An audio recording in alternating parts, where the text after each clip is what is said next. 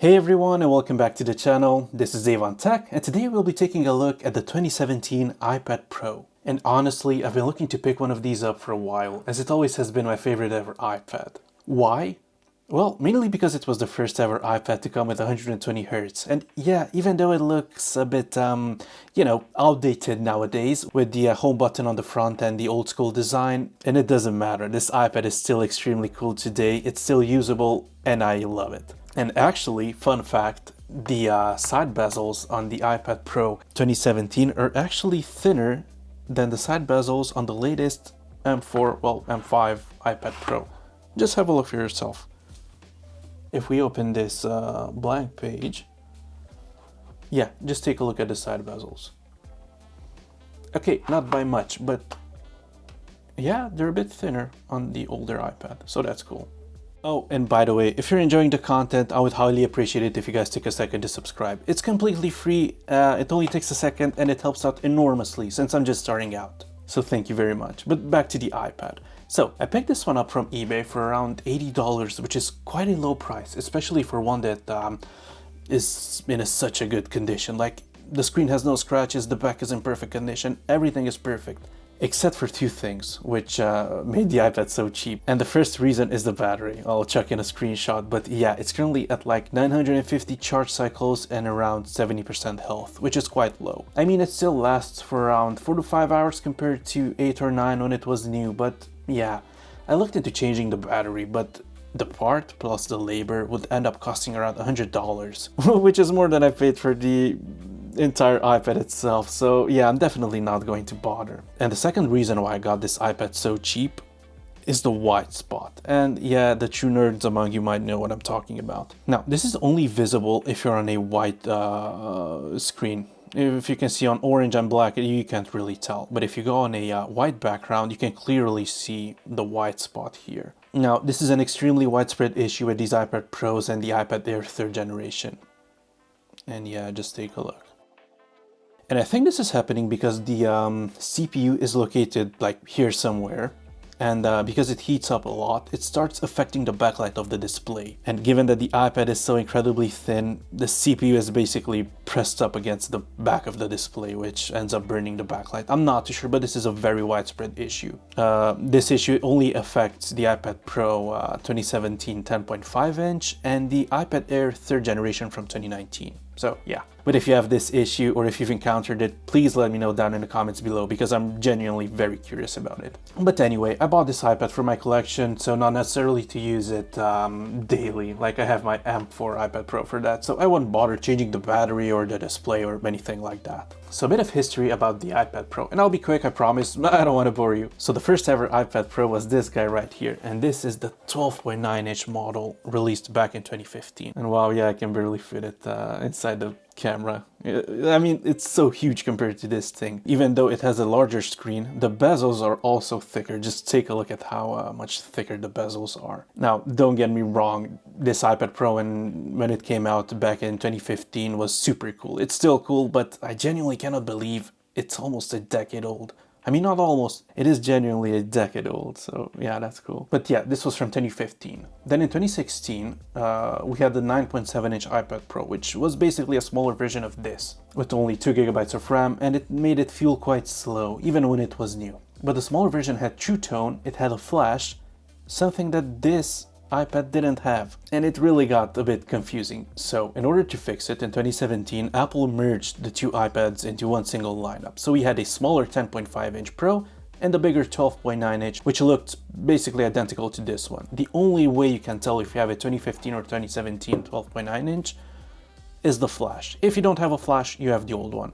But the new one actually came with a flash, so that's good to know. So the 2017 iPad Pro, it comes with the A10X chip, 4 GB of RAM, the iPhone 7 camera with optical image stabilization, and this means that it had the exact same camera as the flagship iPhone of the time, which is very rare. And nowadays, Apple just slaps a, I don't know, 6-year-old camera onto their iPad Pros and calls it a day, but yeah. It also had 4 speakers, you can see the top 2 ones over here and the bottom ones here, and these sounded fantastic. They almost sounded as good as the bigger bigger 12.9 inch, which is very impressive given how thin it is. And of course, the most important feature of this iPad, the display. This was the first iPad to come with ProMotion 120 Hz, and it makes the iPad feel so much more, I don't know, snappier. It's so much faster. It's amazing. It feels good even today. And yes, while the chip is very old, in some ways this iPad feels faster than some of the newer iPad Airs with the M2 and M3 chips. Even though technically it is like 10 times slower, it feels faster. It feels more responsive, if that makes sense. And it's only because of ProMotion. It was also the first iPad to ever get the second generation Touch ID from the iPhone 6s, which is much faster than previous versions. Just take a look at this. I just tap it and it's open. It's basically instantaneous. It's amazing. It still feels good even today. Given its placement right below the display, I feel like sometimes I can unlock this iPad even faster than I can unlock my M4 iPad Pro with Face ID, because I literally just touch this button and it's unlocked just like that. And just to show you that I actually have a fingerprint set up, let me try a different finger. And you can see it doesn't unlock. But as soon as I touch this, bam, it's super fast. Now, sadly, Apple has stopped providing software updates for this iPad, and it actually stopped at iOS 17 point something, yeah, 17.7. Now, don't get me wrong, it originally came with iOS 10, so technically it went through 7 major OS updates. Well, 8 if you include the first one, and that's huge. No other manufacturer does this. What's a bit disappointing though is that the iPad 7, so the budget one from 2019 if I'm not mistaken, that comes with the regular A10 chip and 3GB of RAM, did get updated to iOS 18. So while this iPad Pro has a much faster A10X and 1GB of RAM extra, making it 4GB, it didn't get iOS 18, but the iPad 7 got iOS 18. It doesn't make any sense, but this just goes to show that Apple arbitrarily limits software upgrades, as I'm sure it could have easily handled iOS 18. Definitely not iOS 26 and Liquid Glass, but iOS 18 for sure. So is it usable today? Of course, like more than usable. Let me just quickly show you. Now, indeed, apps will start dropping support for iOS 17 in the following years, but for another 2 to 3 years, this iPad is still perfectly usable. 4GB of RAM is actually the same amount that you get on an iPhone 13 and the 10th generation iPad, and you don't see anyone complaining about it. It holds apps in memory for quite longer than you'd expect. The CPU, on the other hand, yeah, this is where you can feel it getting a bit slower. While multi-core performance is good enough, even for today's standards, single-core performance is quite bad, because the A10X has the same single-core performance as the A10 chip from 2016. So this is technically single-core performance from almost a decade ago, and yeah, you can feel it. And yeah, the vast majority of apps still rely on single core performance, so yeah, it's fine, but I don't know for how much longer, to be honest. But anyway, let's take a look. So YouTube, yeah, instant. You can take a look at my channel here. Also, thank you so much to everyone for subscribing. I finally managed to hit 1,000 subscribers, so thank you so much for that. Also, if you want to join the channel, you'll get some perks, but yeah, I appreciate that. What else we have here? Let's try, I don't know, Netflix. Yeah, opens right up. YouTube Studio, settings, TikTok. Everything works fine. Even games such as, I don't know, old school RuneScape. Yeah, drop a comment down below if you've ever played this. It's still my favorite game ever made. Shout out to Jagex. Yeah, I'm not gonna log in now, but this works very well. And this is quite a good nostalgia throwback. So yeah.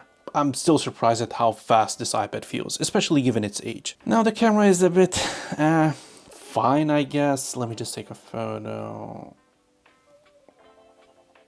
Yep. I mean, it's fine, but please don't be the guy who shoots photos using their iPad. The selfie camera is also fine. Let's have a look. You can see my setup here. Just a simple phone, a gimbal, a basic light, and that's it. The selfie camera is quite good at 7 megapixels. It actually got a noticeable upgrade from the previous generation 9.7 inch, which had a 5 megapixel camera, while the 12.9 inch first generation had a 1.2 megapixel selfie camera. 1.2, let me just show you. Yeah, this is ridiculous. It's quite bad. So, would I recommend picking this iPad up today? Well, if you want to use it as your main iPad for the next few years, probably not, because the lack of software updates really. It mostly just comes down to that. You may be better off picking up an iPad Air 3rd generation or an iPad 9 or even an iPad 10 on sale if you can get it. But for a device that you just want to have around the house, I don't know, perhaps watch a YouTube video, a Netflix show, or just have in the kitchen to, you know, quickly have a look at a recipe, yeah, this will do perfectly. It's definitely worth it. Just make sure you get one with a good battery, not like mine, because yeah, it dies quite quickly and it can get a bit annoying. But yeah, let me know down below in the comments if you've ever used one of these. The iPad Pro 10.5 inch. I've actually owned one for 2 years when it came out, and then I swapped it for an iPad Air 4th generation, and I regretted it because that thing only had a 60Hz display, and it was quite annoying. It felt slower, definitely. And as always, if you've enjoyed the video, make sure to drop a comment down below, like the video, and perhaps even subscribe. Or if you're really feeling generous, I've unlocked channel memberships, so that would help out a lot. Thank you so much. Either way, this was Dave, and I'll see you in the next one. Cheers!